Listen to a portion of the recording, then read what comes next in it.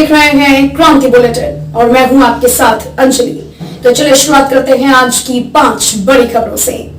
कश्यप निषाद संगठन के राष्ट्रीय महासचिव राजवीर सिंह कश्यप द्वारा लक्सर सीट की दावेदारी के बाद टिकट नहीं मिलने से उनकी नाराजगी दिखाई दी। इसके साथ ही भाजपा के खेमे में हलचल दिखाई दी। वही चुनाव लड़ने की बात की गई। आज प्रेस वार्ता के दौरान राजवीर सिंह कश्यप ने कहा कि समाज लक्सर सीट पर काफी अहम और बहुसंख्यक संख्या में मौजूद है। किसी भी राजनीतिक दल द्वारा इस समाज के कुछ कार्य नहीं किए गए। वहीं भाजपा द्वारा भी समाज का कोई हित नहीं हुआ। कश्यप निषाद संगठन की ओर से कमेटी की बैठक चल रही है। जल्दी बैठक के बाद निर्णय लिया जाएगा कि आगामी चुनाव में भाजपा से संबंध रखेंगे या निर्दलीय चुनाव लड़ा जाएगा। केवल एक विधानसभा लक्सर पर भारतीय जनता पार्टी से, जो हमारी अपनी पार्टी है, उससे एक टिकट की दावेदारी की थी लक्सर विधानसभा पे। और लक्सर विधानसभा एक ओबीसी बाहुल्य सीट है। हम लोग ओबीसी में आते हैं।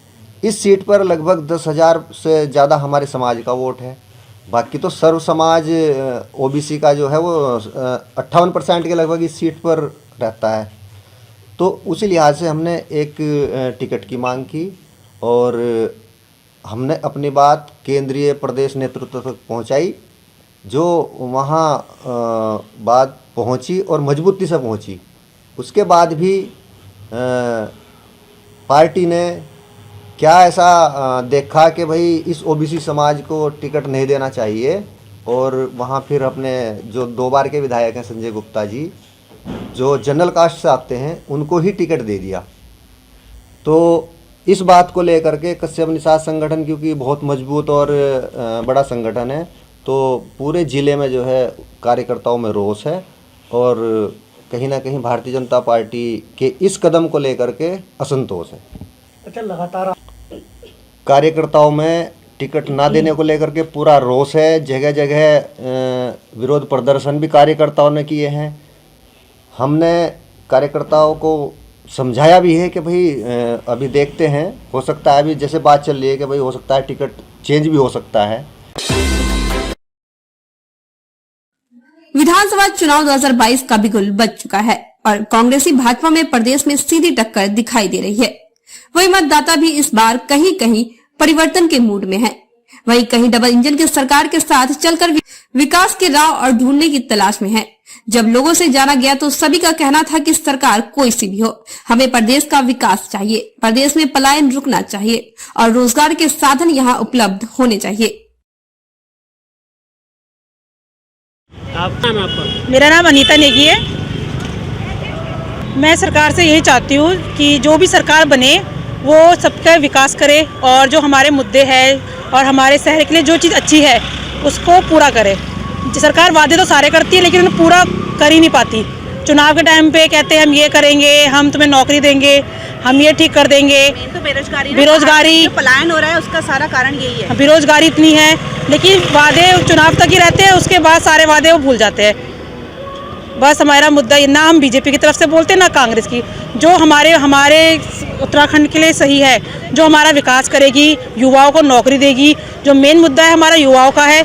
सारे लोग बेरोजगार घूम रहे हैं, नौकरी है नहीं, और कोरोना के टाइम पे वैसे ही लोग इतने बेरोजगार हो गए हैं। हम जो पार्टी हमारा विकास युवाओं का और हमारे सरकार विकास करेगी, वही पार्टी हमारे लिए सही है। धन्यवाद।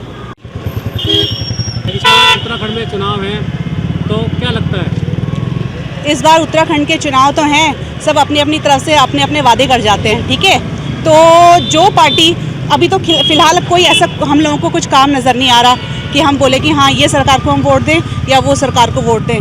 पर अगर जिस हिसाब से हम लोग काम देखेंगे, अभी तक तो फिलहाल जो ये सड़कें बनी हैं, ये सब बना है, तो हम कह सकते हैं कि हाँ कुछ सरकार अगर आगे भी कुछ इस तरह का काम करे तो हम उसको वोट ज़रूर देंगे।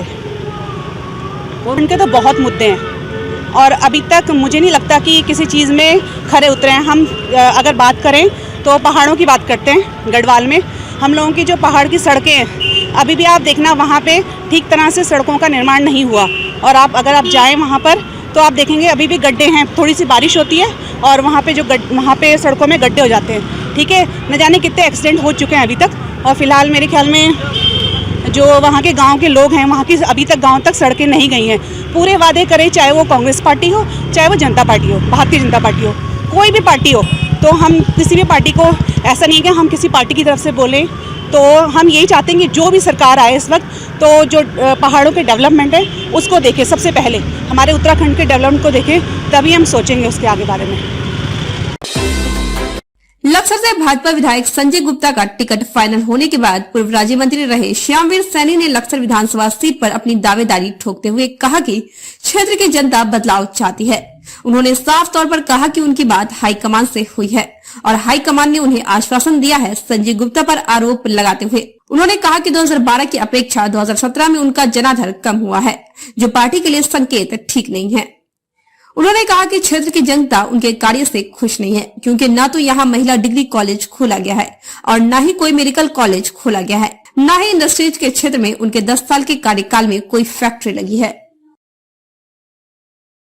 यहाँ पर डिग्री कॉलेज था और यहाँ पर मंडी थी। डिग्री कॉलेज जो है वो मजबूत प्रतिनिधि की वजह से खानपुर चला गया।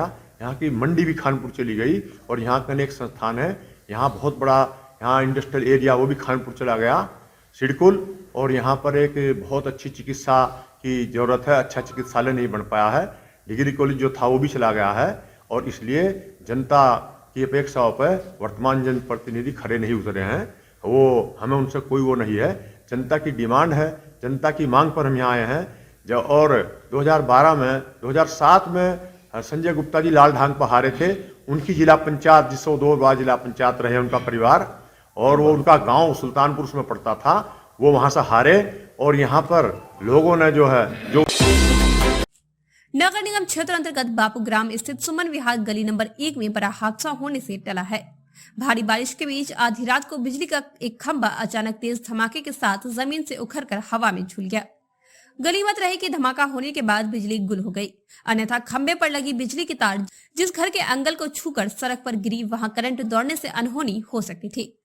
सुमन विहार के निवासियों का कहना है कि बिजली का खंभा पिछले 1 साल से जमींदोज होने को तैयार है। इस संबंध में विद्युत उपखंड अधिकारी और नगर निगम की महापौर को लिखित रूप से साल भर पहले शिकायत भी की गई, लेकिन अधिकारियों और जनप्रतिनिधि ने बिजली का खंभा सीधा कराने के लिए कोई एक्शन नहीं लिया।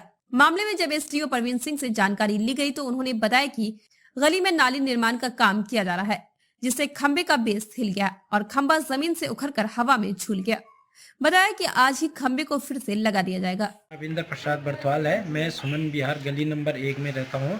कल रात को मेरे घर में 2 बजे रात को बिजली की तार गिरने से एक बहुत बड़ा हादसा होने से बच गया। इस बिजली की कंप्लेंट हमने पार्षद और बिजली विभाग को पहले 1 साल पहले से कर चुके हैं, जिसपे कि हमारी किसी ने, और अभी तक बिजली में रात 2 बजे से मैंने बिजली विभाग को अवगत करा दिया था, अभी तक हमारे यहाँ हमारी सहायता के लिए कोई नहीं आया। ये तार अभी भी हमारे घर के ऊपर वैसी पड़ी है जैसे कि रात 2 बजे से, रात 2 बजे इस पर करंट आ रहा था।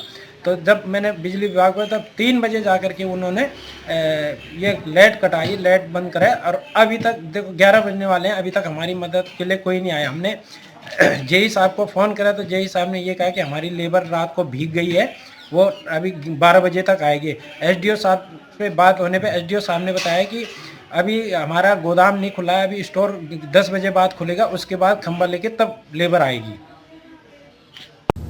खबरों में अब तक लिए बस इतना ही। मिलते हैं फिर ऐसे ही 5 बड़ी खबरों के साथ। तब तक के लिए नमस्कार और देखते रहिए क्रांति बुलेटिन।